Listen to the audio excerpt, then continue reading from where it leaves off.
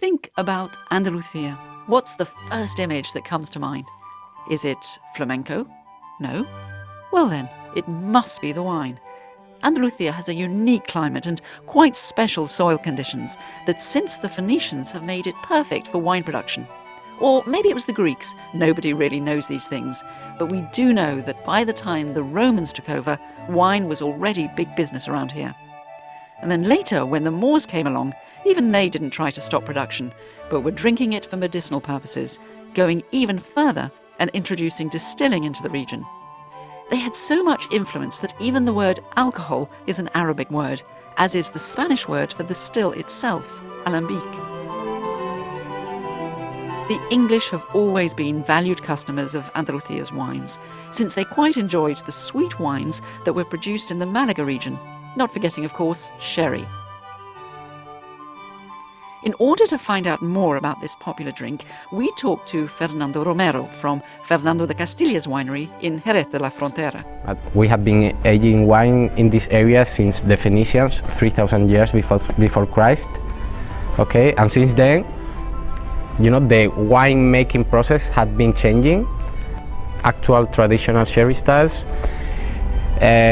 we kind of got them around the 16th, 15th century when we had a big market with the United Kingdom. Those trips were quite long by ship, so we had to fortify the wines in order to get them over there in good conditions and stabilized. People in the United Kingdom, they really, the ones that really are interested into sherry, they really are passionate about sherry. And the origin of this passion and all this interest about sherry comes since Sir Francis Drake, that here in Spain we call him the pirate. Depending on the history book, it will be a pirate or a sir. So he managed to take a lot of casks with sherry wine and distribute that sherry through the British Army, so that sherry became a really trendy and nice wine to drink because by the British Army officers. Why we call our wine and the wine from this area sherry. Here in the old times, Jerez, the city of Jerez, used to be called Jerez in all Spanish, and the Muslims used to call Jerez Jerez. Okay, the word sherry is like the English word for saying Jerez, but that sherry, okay, the English word for saying Jerez, the origin of that word is the Muslim word sherish.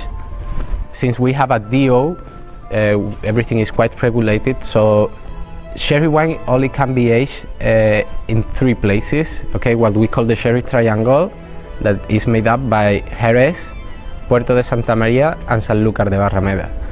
These are the grape production area for Palomino grape is much bigger. Okay, we are allowed to use Palomino grape that had been growing in other areas.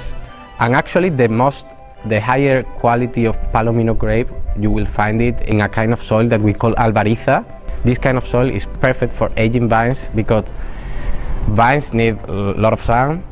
Okay, here when you get a lot of sun, it's really hot, the soil gets really dry, we don't get any water. But this soil in winter allows all the water from rain to go in quite easy and keep it there.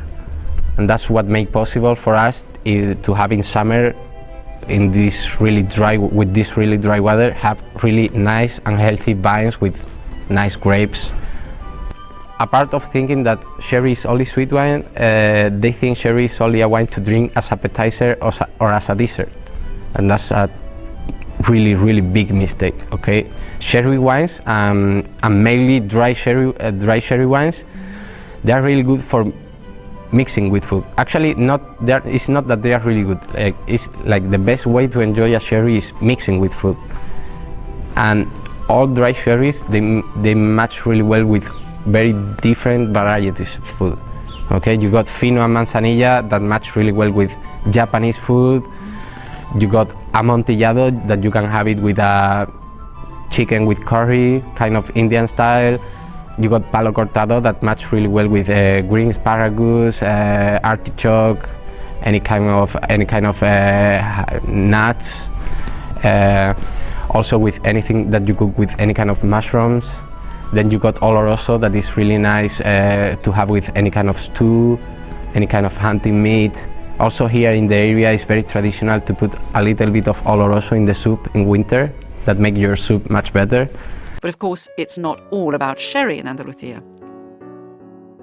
We met up with Mr. Schatz, who's not only a very charismatic individual, but he also owns and runs the only biodynamic winery in Andalusia. Really, the wine growing area is very, very old because we have very near a Roman theater who it's called Asinipo. It was first an Iberian settlement and later a Roman settlement. The name Asinipo means land of wines, and it's also very curious that these Romans there 2000 years ago have had the right to do their own coins, and on the coins they have showed, for example, the wheat flour, the name Asinipo, who means land of wines, and also the grapes. And so we know that it's a very, very old wine growing area. I think it's also a very historic wine growing area. We are the first organic winery from the province of Malaga, and we are still also the, as far as I know, the only biodynamic one. And well, it's a little bit different. Organic means that you are working without poisons in the yield, in the wines, and of course not with them in the cellar. And also a little bit the biodynamic is a step more ahead.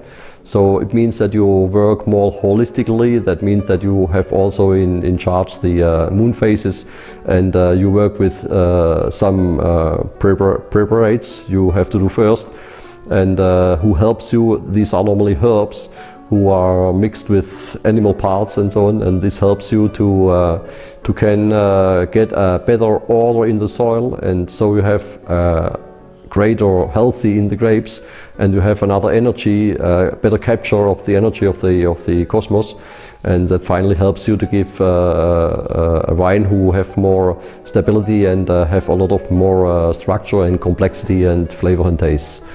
And well, I think the idea is to work with or against the nature. I have decided to work with the nature, and that means that we have a lot of aromatic plants in our finca, in our plot.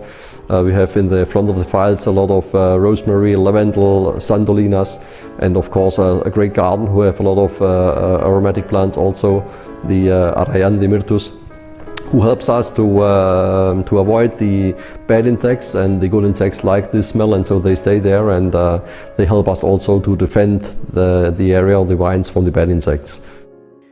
There probably aren't many wineries quite like Mr. Schatz's, which doesn't mean that the other wineries of Andalusia aren't interesting.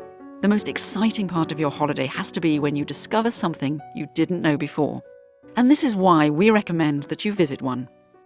It's a thing of about 2 hours, 3 hours, and it's like we can say workshop, and it costs €100 per person. And then we do visits who are quicker a little bit, 1 hour like this, and it costs €25 per person, and so we can 20-25 euros, depend if there is some small tapas with the wines or whatever. And of course it's included showing all the explications in the wines, how we cultivate them a little bit, and also the wines, how they are produced. And then we taste our 6 different wines. Once you take the appointment, you can have 3 kinds of visits: a standard visit with a tasting of sherry, a visit with tasting of sherry, and a tapas lunch. Or you can even have a dinner in the winery if you want, with a catering. Okay, the prices go from €9 that cost the standard visit with that tasting, to the €50 that will cost to have a dinner over here with a catering, or 25 to have a visit, tasting, and a tapas lunch. So now you know, sherry is much more complex than we all thought. And in all honesty, we skipped the extremely scientific explanation from this film. So if you want to know, you'll just have to visit. And if drinking the wine from this region is more your thing, then you're definitely spoiled for choice here.